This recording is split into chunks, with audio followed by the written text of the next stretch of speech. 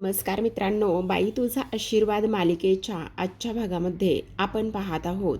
दत्तू आणि सुलू हे दोघेही जण किचनमध्ये असतात. नमिता अचानकच कुठे गायब झाली. मला तर असं वाटतं ती यशाच्याच घरी गेलेली असेल. थांब, मी तिकडे जाते आणि तिला बघून येते. ह्या नमीने तर इथे तोंड काळं करून सोडलंय आपलं. अगं पण तुला सांगू का, तो पोरगा लईच पुड्या खातोय बघ. तेव्हा सुलू म्हणत असते, अरे आता पुड्या खातोय, पण 3-3 हॉटेल आहेत त्याची. होईल सगळं लग्न झाल्यावर ठीक. लग्न झाल्यावर नाही खाणार. आणि तुला सांगू का, आपली नमी त्याला चांगलंच ठिकाणावर वठणीवर आणेल बघ. तुला काळजी करण्याची काहीच गरज नाही आहे. असं दत्तू आणि सुलू एकमेकांना समजवत असतात. पण काही झालं तरी आता मात्र ती इकडे सापडली पाहिजे आणि सापडल्यानंतरच सगळं काही आपल्या मनासारखं झालं पाहिजे असं सुद्धा आता इकडे ते लोक बोलत असतात. आणि हे सगळं काही बोलल्यानंतर आता मात्र सुलू अजूनच प्रचंड चिडचिड करत असते आणि म्हणत असते, नाही काही जरी झालं तरीसुद्धा नमिताला मात्र मी अजिबातच सोडणार नाही. त्याचबरोबर इथे तिला सर्वांसमोर आणल्याशिवाय सुद्धा राहणार नाही आणि मी आत्ता जाते आणि तिकडून घेऊन येते असं सुद्धा आता इकडे ती बोलू लागलेली असते. दुसरीकडे आपण पाहतो आता यशोदा मात्र अजूनच टेन्शनमध्ये असतो. तो विचार करत असतो की हे सगळं काही काय आहे. कारण आता इकडे हे सगळं ज्या पद्धतीने सुरू आहे ते हे सगळं नको व्हायला होतं. कारण तू खूप चुकीचा वागलायस असं सुद्धा आता इकडे यशोदा त्याला म्हणत असतो. आणि त्यानंतर तो म्हणत असतो, अरे समजतंय मला, कारण इथे मी तिला फक्त मदत केली होती. अरे पण तू तिला मदत केली होती, पण नमिता मात्र कुठे गेली असेल, आता कसं शोधायचं हे मात्र अजिबातच समजत नाही. काय करायचं असा प्रश्नसुद्धा आता इकडे मनामध्ये आलेला असतो. मग हा प्रश्न मनामध्ये आल्याबरोबर इकडे लगेचच तिथे आपली पायल आलेली असते. पायल आल्याबरोबर इकडे ती म्हणत असते, हाय सगळेजण, तुम्ही काय करता इथे? त्याचबरोबर आज दोघेही जण एकत्र घरी आहात. काय गं तू इथे काय करतेस? काय करतेस म्हणजे इथे मी गॅरेजवर गेले होते, तिथे तू नव्हता, म्हणून म्हटलं माझ्या सौतीला घरी घेऊन आलायस की काय? कुठे ती डॉली? डॉली कुठे? तिला तर मी सोडणारच नाही आहे असं इकडे ती म्हणत असते. आणि तिला मात्र मी काही जरी झालं तरीसुद्धा धड्या शिकवल्याशिवाय राहणार नाही असं सुद्धा आता इकडे ती बोलू लागलेली असते. मग आता हे सगळं काही बोलल्यानंतर इथे आपण पाहतो की यशोदा म्हणत असतो, ए बाबांनो, तुम्ही जरा शांत बसणार आहात का? हे बघा, शांत बसा. आणि काही जरी झालं ना तरीसुद्धा आता ह्या सगळ्या गोष्टी बोलण्याची ही वेळ नाही आहे. मग ती म्हणत असते, काय झालेलं काय आहे? तेव्हा ती म्हणत असते, अगं काय झालं? अरे काय झालं म्हणजे काय सांगू? तेच तर विचारते ना, काय झालं ते सांग. बघ ना, इथे नमिता गायब झाली. काय? जाऊबाई गायब झाली? कशी काय गायब झाली? असा प्रश्न विचारल्याबरोबर आता मात्र इकडे ते म्हणत असतात, गायब झाली कळत नाही आहे. म्हणजे आज काय झालं ना, तिला पाहुणे पाहायला येणार होते. काय? भाऊजी?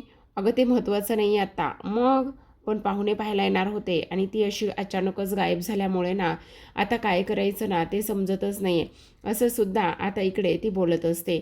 मग आता लगेचच पानू ती साडी हातामध्ये घेतो आणि तो म्हणत असतो, ही नमिताची साडी आणि पायल, साडी पायल, साडी पायल असं इकडे तो बोलू लागलेला असतो.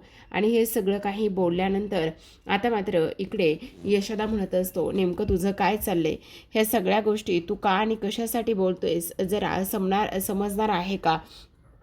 तेव्हा लगेच आता इकडे तो म्हणत असतो, कारण आता तुला एक गोष्ट सांगू का, इथे ही जी काही नमिताची साडी आहे ना, ती साडी मात्र इथे आता आपली ही पायल नेसणार आहे आणि ती साडी नेसून आता ती नमिता बनून जाणार आहे.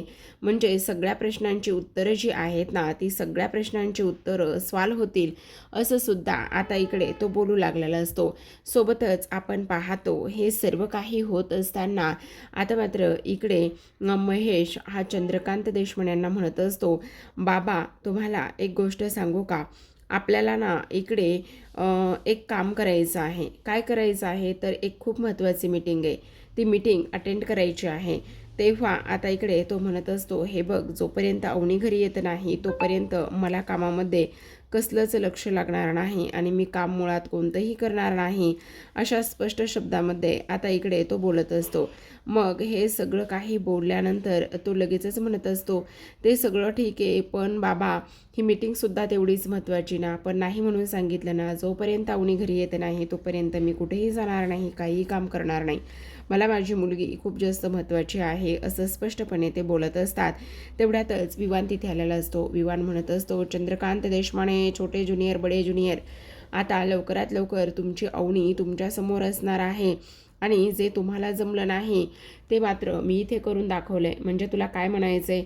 तेव्हा तो म्हणत असतो, काय म्हणायचं आहे म्हणजे लवकरात लवकर आता काही जरी झालं तरीसुद्धा अवनी जी आहे ना ती आता ताबडतोब इथे असणार आहे. त्याचबरोबर अवनी इथे आल्याबरोबर तुम्ही मात्र माझं अवनीबरोबर लग्न लावून देणार आहात ना.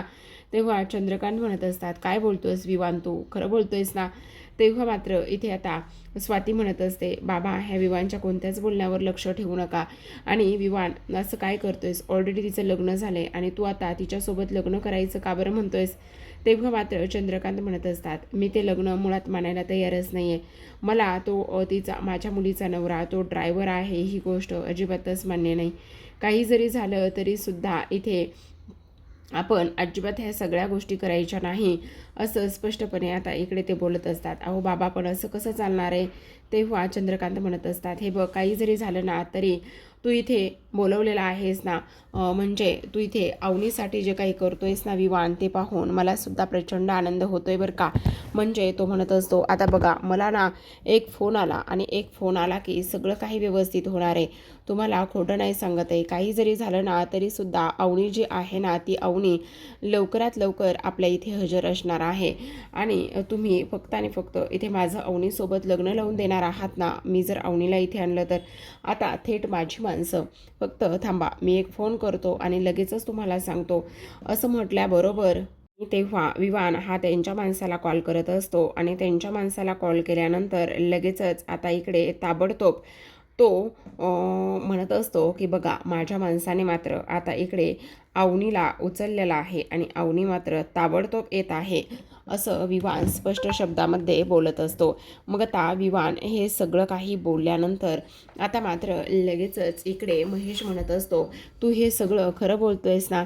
तेव्हा तो म्हणत असतो, मी का खोटं बोलेल, मी अगदीच खरं बोलत आहे, मी काहीही खोटं बोलत नाही, समजलं तुम्हाला. असं बोलल्याबरोबर आता मात्र इकडे तो म्हणत असतो, बाबा मला तुमचा आशीर्वाद हवा आहे, काही जरी झालं ना तरी तुम्ही मला आशीर्वाद द्या, असं इकडे तो बोलत असतो. मग आता इकडे लगेचच ते त्याला आशीर्वाद देतात आणि आशीर्वाद दिल्यानंतर तो म्हणत असतो, आता तुम्ही लवकरात लवकर ब्राह्मण आणि त्याचबरोबर लग्नासाठी ज्या वस्तू सामान लागतं ना ते सगळं काही तुम्ही इथे बोलवणार आहात, मागवणार आहात, असं सुद्धा आता इकडे तो बोलत असतो. आता हे सगळं काही बोलल्यानंतर इथे मात्र पायल म्हणत असते, हे बघ, मी असलं काही करणार नाही आहे. तेव्हा मात्र तो म्हणत असतो, असं का नाही करणार आहे, कारण केलं पाहिजे तुला. हे बघ, तू माझ्यासाठी एवढं सगळं करणार नाही आहेस का, कारण आत्ता जर आत्या इथे कोणत्याही क्षणी आली तर खूप मोठा प्रॉब्लेम होईल आणि तिला आत्ता काय सांगायचं हे मात्र मला अजिबातच कळत नाही आहे. हे बघ, प्लीज असं करू नकोस, प्लीज नाही म्हणू नकोस ना. काही जरी झालं ना तरीसुद्धा इथे तू ही साडी नेस आणि फक्त तिथे आलेल्या पाहुण्यांसमोर तू नमिता म्हणून जा.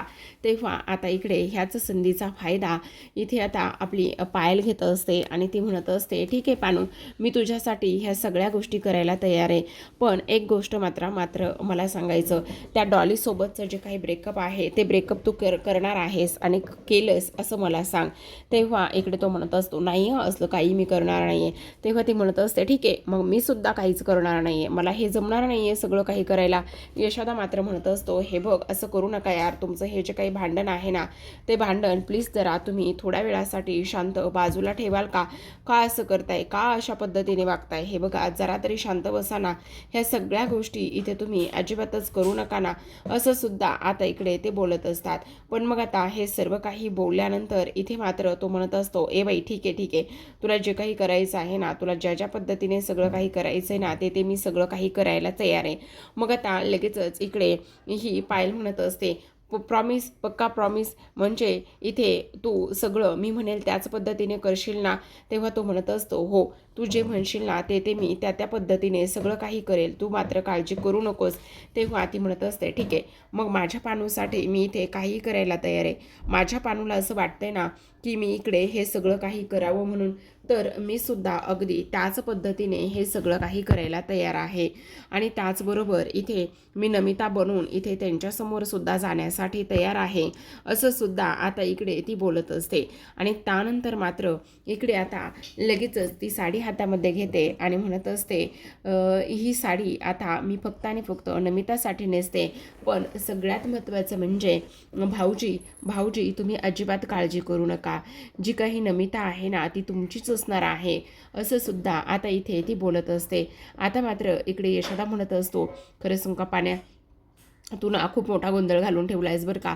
तू असं हे सगळं काही नव्हतं करायला पाहिजे, पण खूप जास्त चुकीचा वागला आहेस आणि खूप जास्त गोंधळ घालून ठेवला आहेस. तू का असं वागला आहेस तेच मला काही कळत नाही. त्यावर आता इकडे तो म्हणत असतो, अरे दादा, मी काय केलेलं आहे? हे बघ, जे काही केलं आहे ते आपण चांगल्यासाठीच केलेलं आहे ना. मग आता ह्या सगळ्या गोष्टी आपण चांगल्यासाठी केल्या, तर याच्यामध्ये तुझं आणि माझं कुठून आलं सांग बरं. मला काय माहिती इथे नमी गायब होईल आणि कुठे गेली असेल, हे तर मला माहितीच नाही आहे. तेवढ्यातच आता इकडे सुलू आत्या आलेले असते, नमे नमे नमे नमे करतच. पण तोपर्यंत मात्र इथे ही जी काही पायल आहे, पायल मात्र नमिताची साडी घालून आतून बाहेर आलेली असते. तेव्हा आल्याबरोबरच ही इकडे जी आहे ना ती यशोदा आणि पाण्यावर आवाज चढून बोलत असते आणि म्हणत असते, माझी नमी कुठे आहे सांगा. जर माझ्या नमीला तुम्ही गायब केलेलं असेल तर मी तुम्हाला सोडणार नाही आहे, एका एकाला चांगलाच धडा शिकवेल, असं सुद्धा आता इकडे ती बोलत असते. आणि ह्या लोकांची चांगलीच कानोगडणी सुद्धा आता इकडे ती करू लागलेली असते. हे सगळं होत असताना आता पायल आलेली असते. पायलने पूर्ण डोक्यावर पदर घेतलेला असतो आणि तेव्हा सुलूला असं वाटत असतं की तिची नमिताच आहे म्हणून. मग सुलू ताबडतोब तिच्या हाताला पकडते आणि तिच्या हाताला पकडल्यानंतर लगेचच आता इकडे ती म्हणत असते, काय गे नमे, अक्कल काही घाण टाकलीस का? काय ग उगच एवढा उतारलायस तू? डोक्यावर पडलीयस का? काशी वागतेस ग? तुला कळतंय का? अगं इकडे पाहुणे खोळांबलेले आहेत, चल पटकन माझ्यासोबत, असं म्हणून ती आता तिला घेऊन जात असते. जेव्हा ती तिला घेऊन जाते त्यावेळेला मात्र इकडे नमिता इकडे पाण्याला खुणावत असते आणि फक्त मी माझ्या पानूसाठी हे सगळं करते असं सुद्धा सांगत असते.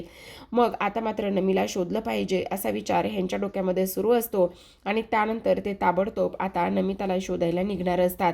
आता नमिताला शोधायला निघाल्यानंतर आपण पाहतो की इकडे हेल्मेट घालतात आणि पाण्या लगेचच गाडी काढतो आणि यशोदा त्याच्या पाठीमागे बसतो आणि नमिता मात्र कुठे गेली असेल ह्या विचारामध्ये आता इकडे ते निघालेले असतात. त्याच वेळेला आपण पाहतो की इकडे आता दुसऱ्या बाजूला मात्र हे सगळं काही होत असताना यशोदाला अजूनच टेन्शन आलेलं असतं. यशोदा विचार करत असतो, जर नमी नाही सापडली तर मग काय करायचं, असा प्रश्न आता इकडे त्याच्या मनामध्ये सुरू झालेला असतो. सोबतच प्रेक्षकांनो, एवढंच नाही तर आता मात्र इकडे ही जी काही सुलू आहे ती नमिताला किचनमध्ये घेऊन जाते आणि म्हणत असते, तू काही डोक्यावर पडली आहेस का? अशा पद्धतीने तू कशी वागू शकतेस, काय करू शकतेस हेच मला कळत नाही.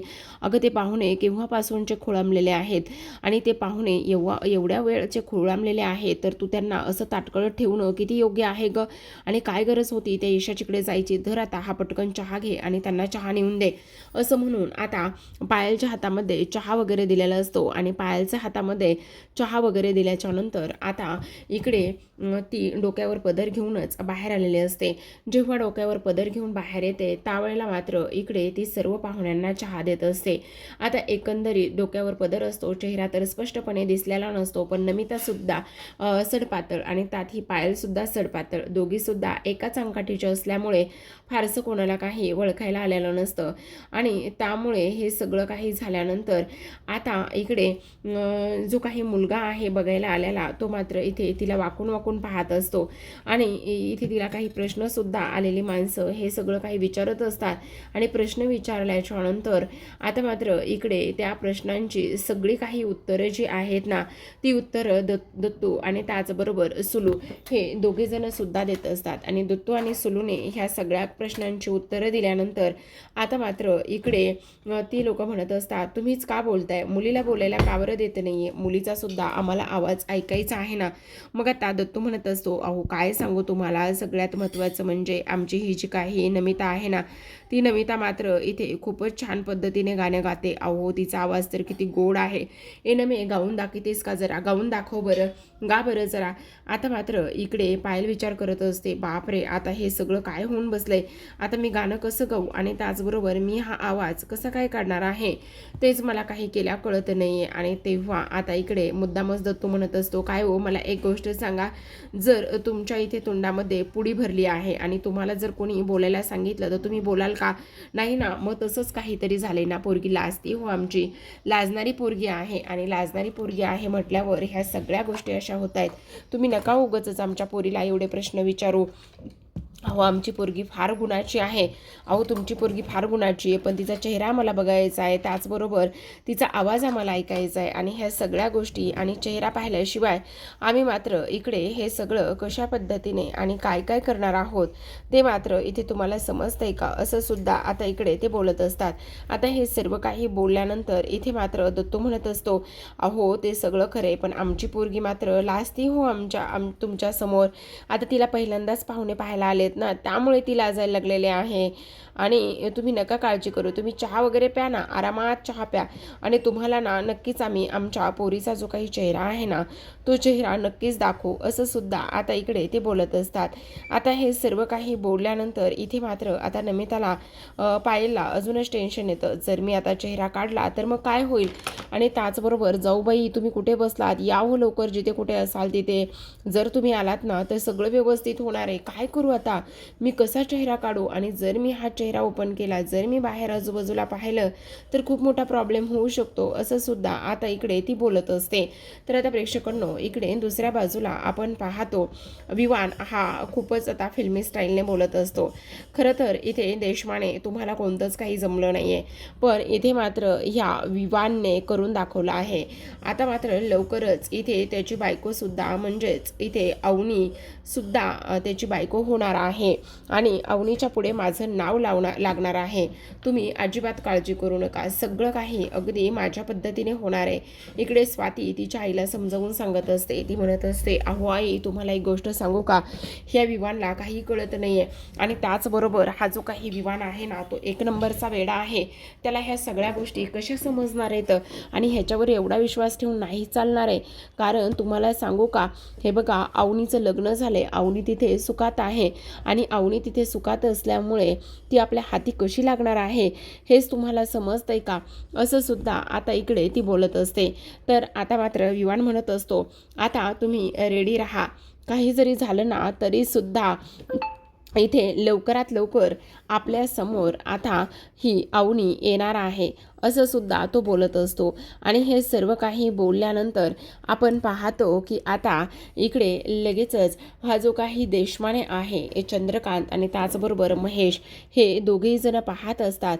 आणि हे दोघेही जण पाहत असताना आता इकडे आपण पाहतो, इकडे हा विवान जो आहे तो त्याच्या माणसांना फोन करतो.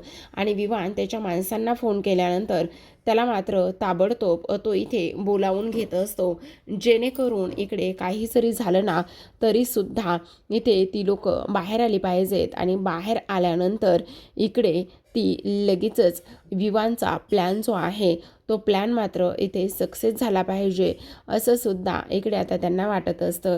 आता इकडे हे सगळं काही होत असताना अगदी फिल्मी स्टाईलनेच तो ह्या सर्व काही गोष्टी इथे करण्याचं काम करत असतो.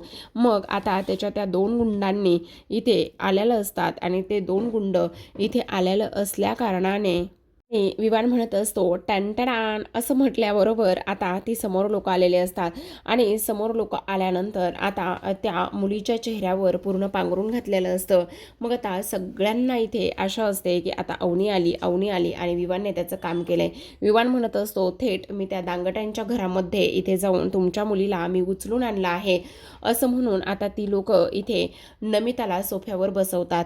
सगळेजण अक्षरशः सांशिक नजरेने पाहत असतात की खरंच ह्या विवानने एवढं काम केलेलं असेल का, काय झालेलं असेल. मग आता इकडे विवान पाठीमागे उभा असतो आणि तेव्हा तो म्हणत असतो चला आता मुलीच्या चेहऱ्यावर जे काही श्वाल आहे ती ताबडतोब काढायची आणि तुम्ही मात्र इकडे लवकरात लवकर गुरुजींना बोलवायचं आणि गुरुजींना बोलवून लगेचच अवनीचं आणि माझं लग्न तुम्ही लावून द्यायचं.